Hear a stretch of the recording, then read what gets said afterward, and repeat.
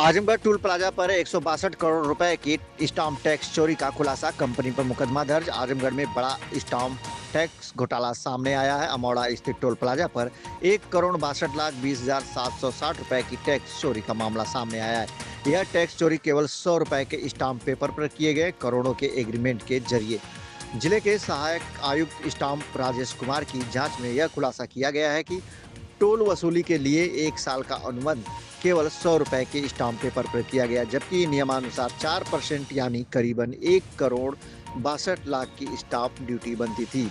यह एग्रीमेंट आंध्र प्रदेश के T Suryanarayan Reddy company के साथ किया गया था, जो 19 जून 2024 से 19 जून 2025 तक का टोल वसूली कर रही थी। एक वर्ष की वसूली लगभग 40 करोड़ 55 लाख रुपए रह गई, लेकिन कंपनी ने निर्धारित स्टाम्प शुल्क नहीं चुकाया। सहायक आयुक्त स्टाम्प ने कंपनी को कई बार नोटिस भेजा, लेकिन एग्रीमेंट की कॉपी 1 साल बाद दी गई। जब दस्तावेज की जांच की गई तो टैक्स चोरी की पुष्टि हुई। अब इस मामले में स्टाम्प एक्ट के तहत मुकदमा दर्ज कर लिया गया है और आगे की कानूनी कार्रवाई के लिए जिला अधिकारी के माध्यम से न्यायालय में पेश होगी। सर, आजमगढ़ में जो टोल प्लाजा है उसके स्टाम्प चोरी का मामला सामने आया है। सर, ये क्या है पूरा, ये कब से ये पूरी जांच चल रही थी, कैसे सामने आया ये सारी चीज़ें? ये पिछले साल 2024 में सामने आया, जब NHI ने यहाँ पे रोड बनने के बाद टोल वसूलने का अधिकार दिया। तो टोल वसूलने का अधिकार दिया वो टी सूर्यनारायण रेड्डी जी को। पक्ष में एक अनुबंध पत्र निष्पादित हुआ, जो 19 जून 2024 से रात 8 बजे से 19 जून 2025 रात 7 बजे कर 59 मिनट 59 सेकंड तक का अधिकार दिया अनुबंध विलेख द्वारा। उस अधिकार के बदले में NHI ने 40 करोड़ 55,18,786 रुपया अमाउंट लिया, जिसके बदले में उन्होंने साल भर का अधिकार वसूलने का अधिकार दिया और एक अनुबंध पत्र निष्पादित किया। तो भारतीय स्टाम्प अधिनियम 1899 में प्रावधान है कि जो भी किसी के मध्य कोई भी अनुबंध पत्र, लीज विलेख या कोई ऐसे पत्र निष्पादित होंगे, तो जैसे ही निष्पादित होंगे, चाहे वो रजिस्टर्ड हो या ना हो, यानी सिग्नेचर होने के समय पे ही उस पर इंडियन स्टाम्प एक्ट के तहत स्टाम्प देयता लागू हो जाती है, प्रभार हो जाता है, उस पर स्टाम्प लगना चाहिए। अब उसके शर्तों के अधीन उसे पढ़ा गया। जब उनसे लिया गया, साल भर से वो टाल रहे थे, दे नहीं रहे थे। जब उनसे फोटो प्रत लिया गया तो मिला, तो उसके पढ़ने के बाद पता लगा कि उन्होंने ये पूरा अनुबंध विलेख एक लीज विलेख माना जाता है, क्योंकि ये पट्टा है, एक प्रकार के चुंगी वसूलने का अधिकार है जो एक्ट में परिभाषित है। तो उसके जो अमाउंट उन्होंने दिया है NHI को, उसके बदले उन्होंने स्टाम्प ड्यूटी पेड करनी चाहिए थी, जो उन्होंने नहीं किया। मात्र 100 रुपये का सिर्फ स्टाम्प पूरे अनुबंध विलेख पे लगाया है, जबकि उस पे स्टाम्प विलेख 1,62,20,760 रुपये का लगना था। तो इसीलिए वो जब अनुबंध मिला तो उसको नोटिस दिया गया और उनका मुकदमा परीक्षण करते हुए मुकदमा दर्ज किया गया है। सर, इस पूरे मामले में सर अब आगे की कार्रवाई किस तरीके से की जाएगी? अब ये डिस्ट्रिक्ट मजिस्ट्रेट द्वारा महीने के अंत में इसको डिवाइड किया जाएगा, इस केस को, कि किस कोर्ट में सुनवाई दिया होगी।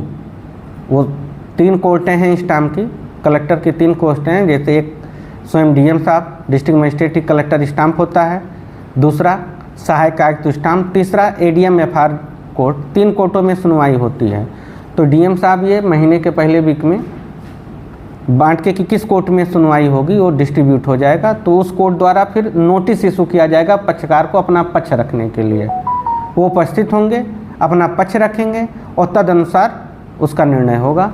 सर, ये सवाल ये है कि जब लगातार आप लोगों द्वारा 2024 से इस चीज़ का प्रयास किया जा रहा था, लगभग 1 साल होने जा रहा है, तो ये डिनाई क्यों किया जा रहा था? टोल प्लाजा के ऑफिसर्स और जो उनके अधिकारी हैं, क्यों डिनाई किया जा रहा था, क्यों नहीं दिया जा रहा था? अब इसकी मंशा तो हमें क्या, लेकिन मंशा ही लगता है कि इसी स्टाम्प चोरी के नाते, कि स्टाम्प अपॉइंशन जो किया गया है इसके नाते वो नहीं, क्योंकि हर बार जब जाया जाता था AIG या संबंधित सब रजिस्ट्रार जिसके क्षेत्राधिकार में स्थित है भेजा जाता था, तो उनके द्वारा कि अभी यहाँ एक कागज़ नहीं है, हेडक्वार्टर है, वहाँ से लाना पड़ेगा, मंगाना पड़ेगा, हफ्ता भर बाद, महीने भर बाद, अभी है नहीं, यहाँ रखा नहीं गया, इसी तरह से।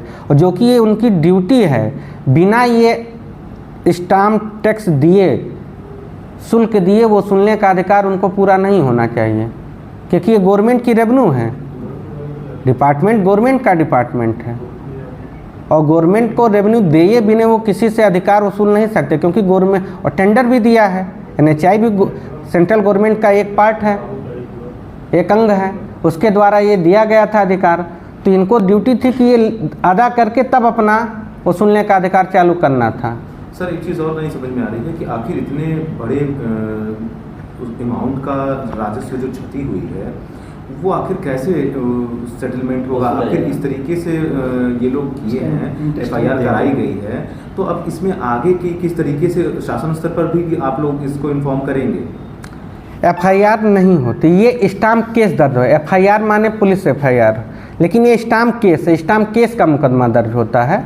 और ये रही शासन के बाद, तो शासन के संज्ञान में ला दिया गया है, डिपार्टमेंटल संज्ञान में उच्चाधिकारी, और उच्चाधिकारी के निर्देश पे ही कार्रवाई की गई है, डिपार्टमेंटल निर्देश के ही क्रम में कार्रवाई की गई है।